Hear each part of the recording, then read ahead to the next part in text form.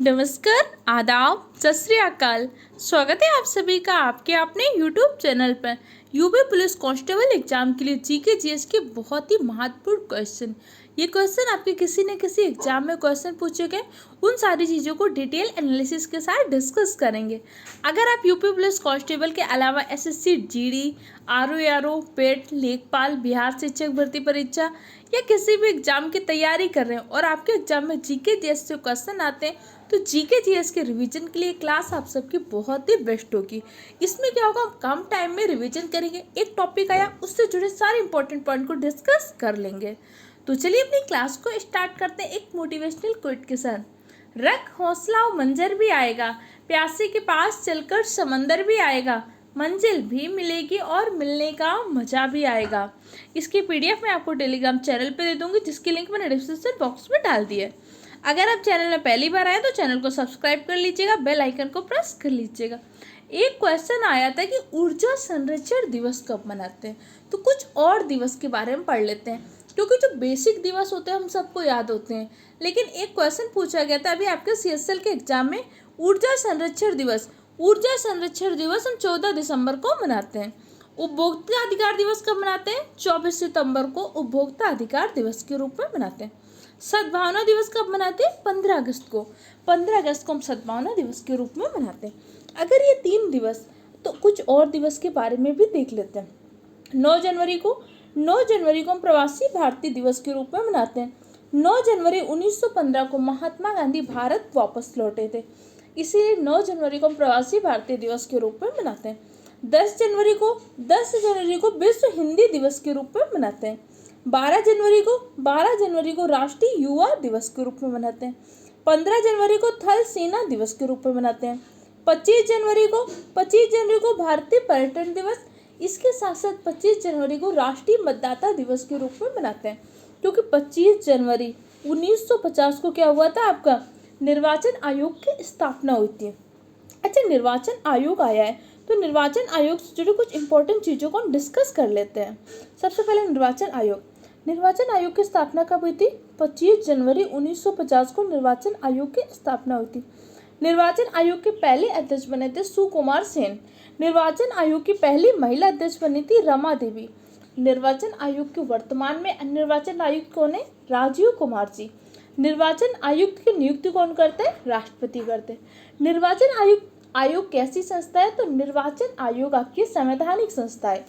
हमारे संविधान के अनुच्छेद 324 में निर्वाचन आयोग का उल्लेख है।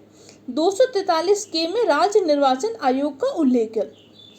राज्य निर्वाचन आयोग आपके स्थानीय निकाय के, जैसे कि आपका पंचायत हो गया, नगर निकाय का चुनाव कराता है, जबकि राष्ट्रपति का चुनाव, उपराष्ट्रपति का चुनाव, आपके सांसद का चुनाव, विधायक का चुनाव, ये सारे चुनाव कौन कराते हैं? निर्वाचन आयोग। जैसे अभी आपकी 18वीं लोकसभा का चुनाव हुआ था।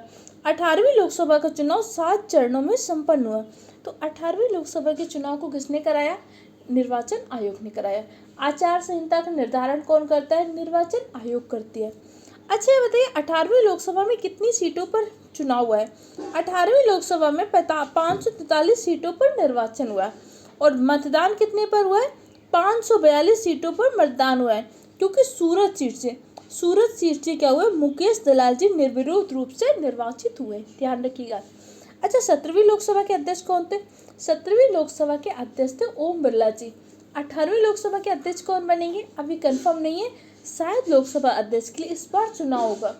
अच्छा बताइए, इससे पहले भी कभी लोकसभा अध्यक्ष के लिए चुनाव हुआ है? नहीं, आज तक कभी भी लोकसभा अध्यक्ष के लिए चुनाव नहीं हुआ। लोकसभा अध्यक्ष को कैसे होता है? सर्वसम्मत के द्वारा चुन लिया जाता था, लेकिन शायद इस बार लोकसभा अध्यक्ष का भी चुनाव होगा, क्योंकि विपक्ष के पास भी इस बार अच्छी खासी सीटें हैं। देखो, ये क्लास में क्या होगा, अगर आप पहली बार देख रहे हो सकता है आपको चीज़ें नहीं समझ में आएंगी, कहीं जीके जीएस आ जाएगा, तो कहीं साइंस आएगी, तो कहीं पॉलिटी आएगी, लेकिन रिवीजन करने का बेस्ट तरीका यही है।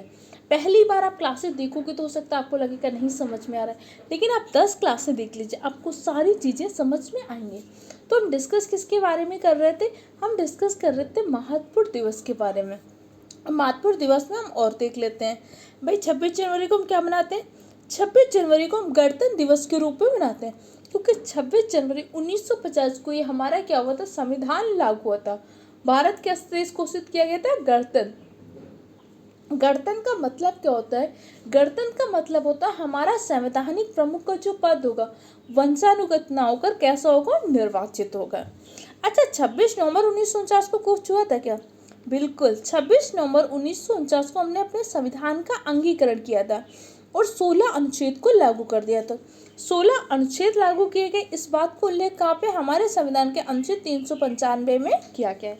अच्छा, हमारा मूल संविधान किस भाषा में लिखा गया था? मूल संविधान अंग्रेजी भाषा में लिखा गया था। 26 नवंबर को हम संविधान दिवस और विधि दिवस के रूप में मनाते हैं। संविधान सभा की पहली बैठक कब हुई थी? 9 दिसंबर 1946 को संविधान सभा की पहली बैठक हुई थी। संविधान सभा की अंतिम बैठक कब हुई थी? 24 जनवरी 1950 को संविधान सभा की अंतिम बैठक हुई थी। संविधान सभा की अंतिम बैठक के दिन हमने भारत का राष्ट्रगान और राष्ट्रगीत को भी चुन लिया था कि भाई भारत का राष्ट्रगान क्या होगा? जन गण मन भारत का राष्ट्रगान होगा। राष्ट्रगीत क्या होगा? वंदे मातरम। रचना किसने की थी? बंकिम चंद्र चटर्जी ने। अच्छा, बंकिम चंद्र चटर्जी का बहुत ही प्रसिद्ध उपन्यास है आनंद मठ। आनंद मठ में किस विद्रोह का उल्लेख किया गया है? तो आनंद मठ में आपके सन्यासी विद्रोह का उल्लेख किया गया है, ध्यान रखिएगा। इसके साथ साथ 30 जनवरी को कौन सा दिवस मनाते हैं? 30 जनवरी को हम एक तो सर्वोदय दिवस मनाते हैं, 30 जनवरी को शहीद दिवस मनाते हैं, 30 जनवरी को हम कुष्ठ रोग निवारण दिवस के रूप में मनाते हैं। क्योंकि सर्वोदय की संकल्पना सबसे पहले किसने की थी? महात्मा गांधी ने। और महात्मा गांधी की इसी दिन डेथ हो गई थी, इसीलिए महात्मा गांधी की उसको हम क्या करते हैं? शहीद दिवस के रूप में मनाते हैं। कुछ महत्वपूर्ण दिवसों के बारे में डिस्कस किया। अब चलिए आगे चल के डिस्कस करते हैं। थल सेना दिवस कब मनाते हैं? 25 जनवरी को हम थल सेना दिवस मनाते हैं।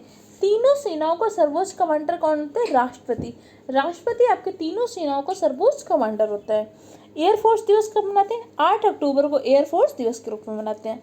नेवी डे हम 4 दिसंबर को नेवी डे के रूप में मनाते हैं। अच्छा, राष्ट्रपति का उल्लेख हमारे संविधान में कहाँ पे किया गया है? राष्ट्रपति का उल्लेख हमारे संविधान के आर्टिकल 52 में कहा गया कि भाई भारत का एक राष्ट्रपति होगा। चलो राष्ट्रपति से जुड़े महत्वपूर्ण आर्टिकल को लिख लेते हैं।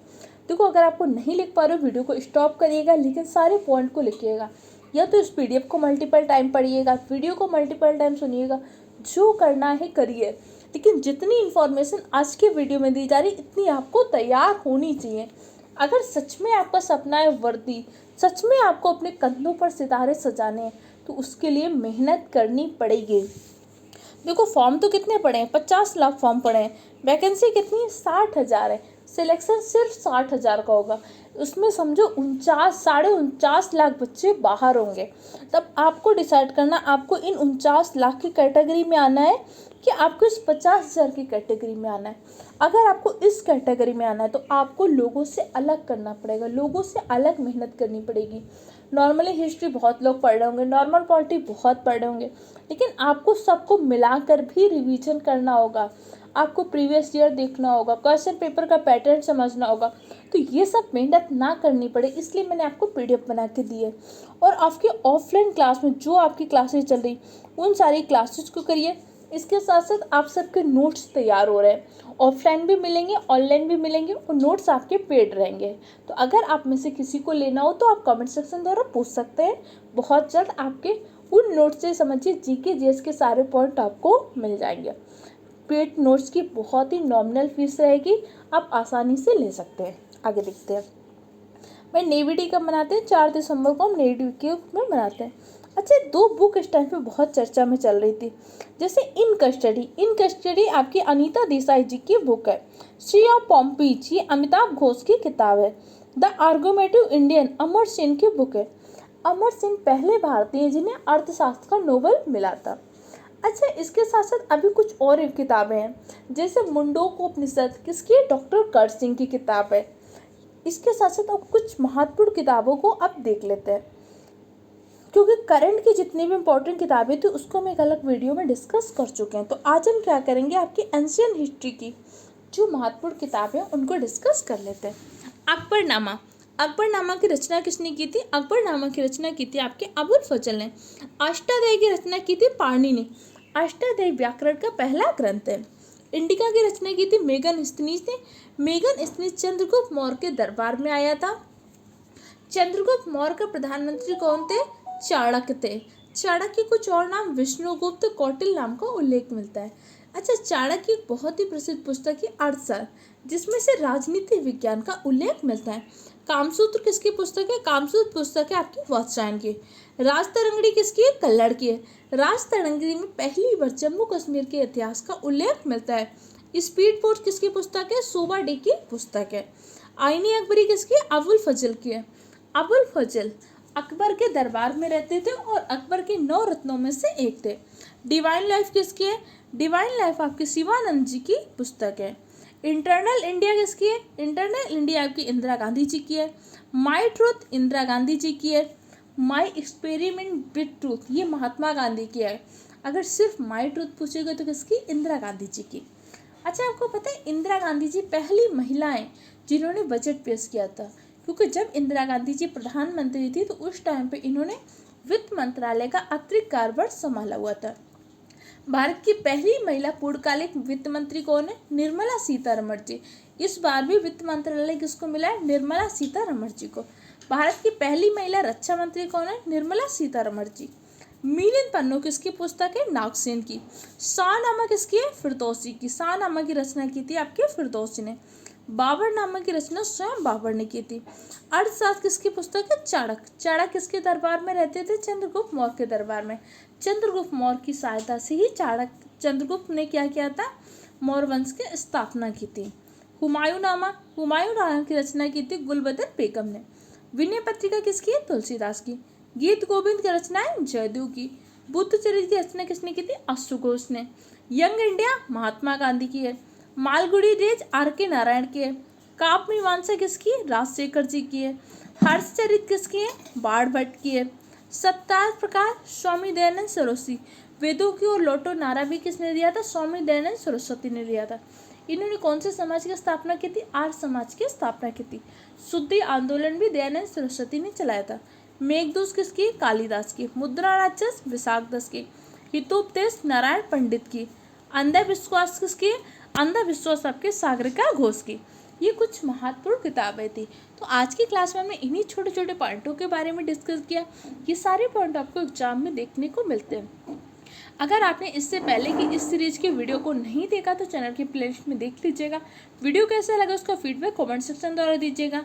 कोई ऐसा टॉपिक है जो आपको तैयार नहीं है तो कमेंट सेक्शन द्वारा बता सकते हैं, मैं उस पर वीडियो बना दूंगी। बस पढ़ते रहिए, मेहनत करते रहिए। कोई दिक्कत कन्फ्यूजन हो कमेंट सेक्शन द्वारा पूछ सकते हैं। किसी भी प्रकार का नोट्स चाहिए, PDF चाहिए, कमेंट सेक्शन द्वारा बताइएगा। टेलीग्राम चैनल की लिंक डिस्क्रिप्शन बॉक्स में, वहाँ से ज्वाइन कर लीजिएगा।